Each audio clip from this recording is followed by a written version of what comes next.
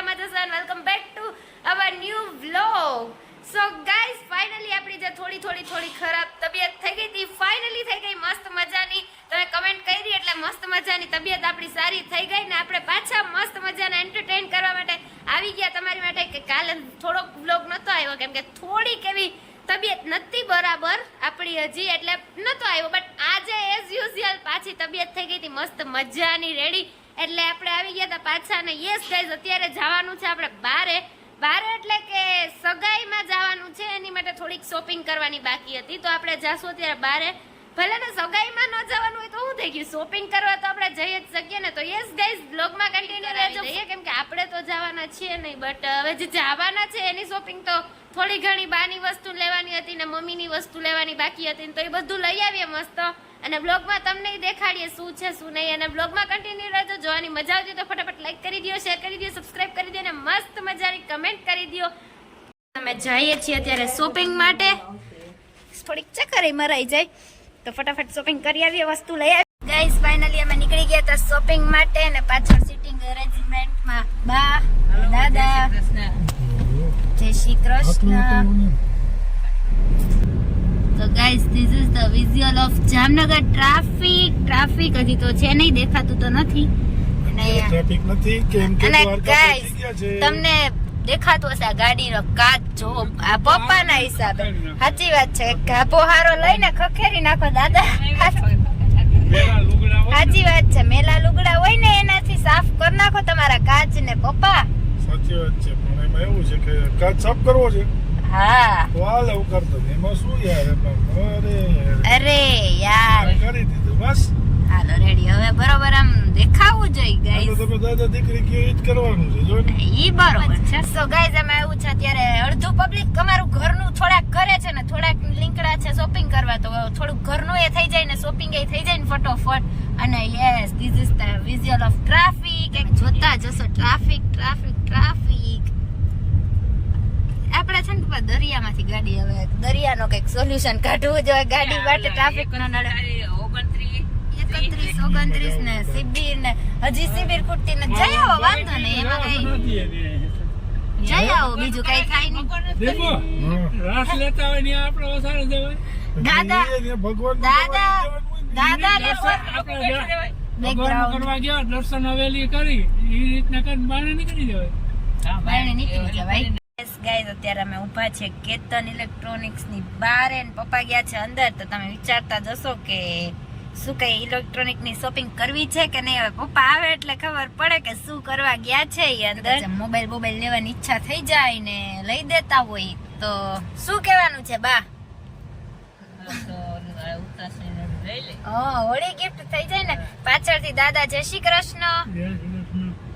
Yes આજ દાદાનો વારો પાછળ આવવા દીધો કેમ કે મારે ગાઈસ થોડા આમ વિડિયોના ક્લિપ લેવાના હોય ને એટલે પાછળ મજા આવે ને તો પછી દાદા મારા સિવાય કોઈને આગળ બેહવા દે જ નહીં. સીટ મારી જ એકની નકર બાકી દાદાની આગળ બુક જ હોય. તો મારું તો માન છે ગાઈસ, શું તમને ખબર નથી ને આમ એક્ચ્યુઅલી. ગાઈસ ફાઇનલી હવે અત્યારે નીકળી ગયા હતા હું ને બા મસ્ત શેરીઓમાં શોપિંગ કરવા માટે. હાલો ચાલો ગાઈસ તમે બધા ચાલો શોપિંગ કરવા માટે. હવે જોઈએ ને શું વસ્તુ ગમે છે એ બધી લઈ. પેલા તો મેન તો ગાઈસ જ્યાં જોઈએ ત્યાં ટ્રાફિક સિઝનેબલ અત્યારે સીઝન સ્ટોર એટલે મતલબ શોપિંગ થાય છે ખજૂરની. હા તમને જે મજા આવે હેલ્પિંગમાં પપ્પાને દેખાડવાની જરૂર નથી. પપ્પા આવી ગયા. દારિયાન એ બધું ફટાફટ શોપિંગ કરો ગાઈસ. મારે લેવાની છે બીજી મેઇન વસ્તુ. પપ્પાના ખીચા કરવાના છે ખાલી એટલે ફટાફટ લેવાઈ જાય ને એના પછી બીજું લઈ ચોકલેટ જોઈ જઈને ચોકલેટ ના લઈ એવું. તો શોપિંગ થઈ ગઈ હતી ડન. હવે બા તમારું થઈ ગયું ડન થઈ ગયું બધું લેવાઈ ગયું. ઓકે હજી ધાણી બાકી નથી. હું નીકળું છું બહાર. હવે આપણે તો આપણી મેઇન વસ્તુ આવી ગયા એટલે કઈ જોતું ના હોય હવે એ લઈને આવશે બધું. એ બધી શોપિંગ છે મેઇન શોપિંગ તો ગાઈસ કલર બલર ને આવી ગયા છે શોપિંગ માટે. અને અહીંયા બા ગોતે છે શાક વાળા. એક ગાડી લઈને આવીએ ને એટલે આ પ્રોબ્લેમ થાય કે ટ્રાફિક મળે નહીં. એન્ડ અત્યારે ભીડ હારી છે પપ્પા છે ભીડ સરસ. અમે અત્યારે 2 કલાકથી બાનો વેઇટ કરીએ છીએ. ગયા છે શાક લેવા માટે ને અહીંયા પપ્પા થાય છે બોર. પપ્પા બોલો શું ફૂટે જ કેવું છે? નહીં, બાયુને લેવાની વસ્તુ ફૂટે જ નહીં. રીંગણાનો શું ભાવ છે, ટમેટાનો શું, લઈ લેવાનો ફટાફટ. ચાલો આ ટમેટા આપી દે, બટાકા આપી દે, રીંગણા એમ કઈ ફટોફટ રિયાને પણ ફટાફટ. યસ મને લેવા મોકલો તો ફટાફટ જ થાય એમ 2 મિનિટ. પણ ઈ જરાક ભાવ કરાવું ને શાક જોવા ને લેવા ને એને ખૂટે જ નહીં બાનું ક્યાંય.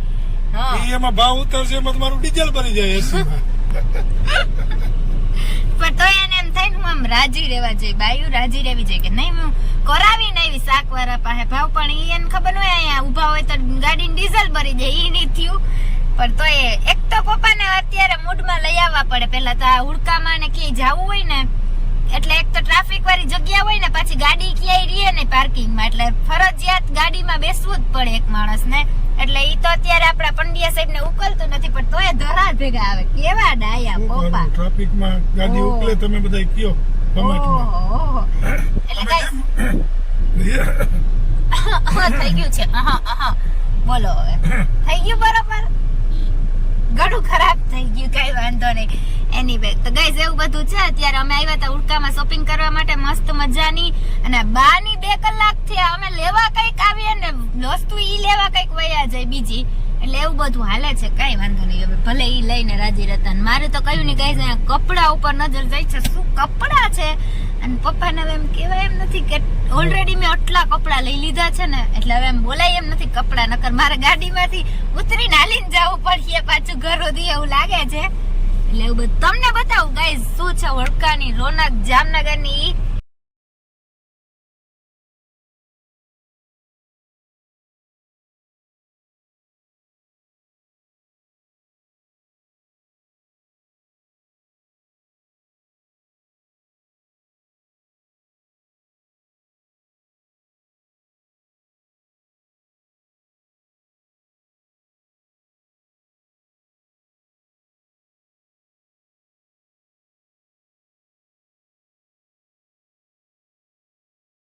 પપ્પા શું તમારે મમ્મી માટે સાડી લઈ દેવાનો વિચાર છે કે શું છે? એકદમ સામી ગાડી રાખી છે. પપ્પા લઈ દેવાની છે કે શું છે? કહું છું કે સાડી કી સારી કલર મેલ નથી પડતો બરોબર ને? અહીંયા ચોરી છે પણ. અરે અંદર સાડી એ છે ગાઈસ. બહાર થી તો પેલા છે લેંગા ની અત્યારે વેડિંગ સીઝન હાલતી હોય કે હાલવાની હોય ખબર નહીં. એટલે એવું બધું છે. કોઈના વેડિંગ નથી, નકર મસ્ત મસ્ત કપડા લઈએ. હવે કોક વેડિંગ કરે ફટાફટ આમ આવે મેરેજ કોક ના તો મજા આવે. અને પપ્પાના આમ ખીચા કરાવીએ ખાલી. પણ અત્યારે વાતો ને હવે થોડોક બ્રેક આપીએ છીએ તમને બરાબર. એટલે મજા કરી લ્યો, થોડાક વધારે કરી લ્યો. પછી આપણે લેવાના છે મસ્ત મજાના કપડા ગાઈસ. કપડા તો ગમે એટલા લઈ દઈએ ને એમાં સંતોષ જ ના થાય. જોઈને એમ થાય અરે આ ટોપ તમારી પાસે છે જ નહીં. કેટલા એવું થાય કમેન્ટમાં કયો. ફાઇનલી જાઉં છું બા પાસે અને બોલાવવા. 2 કલાક થઈ ગઈ તો એ ગાડીમાં જે આવવાની એને ખબર નથી પડતી કે હવે ગાડીમાં આટલો વેઇટ કરતા હોય તો આવી જાય. એટલે ફટાફટ આપણે એને બોલાવી આવીએ. પણ એમાં એનો વાક નથી. વસ્તુ જેટલી હોય ને એટલે આમ જોઈને લેડીઝ એક તો એટલે એનાથી રહેવાય જ નહીં. ફટાફટ બોલાવી આવીએ એને. આવી ગયા છીએ બા પાસે. બાની હજી શોપિંગ પિંગુ ને આ ના હવે હજી કેટલી વાર છે? હજી જવાબ નથી દેતા. હજી એ બેન થાય છે. એટલે એની વે ગાઈસ ભલે વાંધો નહીં. અહીંયા હું આ કટલેરીની શોપિંગ જોઈ જાવ ને લઉં નહીં કે લેવડાવું નહીં એવું તો બને જ નહીં. તો ચાલો કઈક વસ્તુ તો લઈ જ લઈએ. હવે શું લઈએ છીએ આગળ જોઈએ.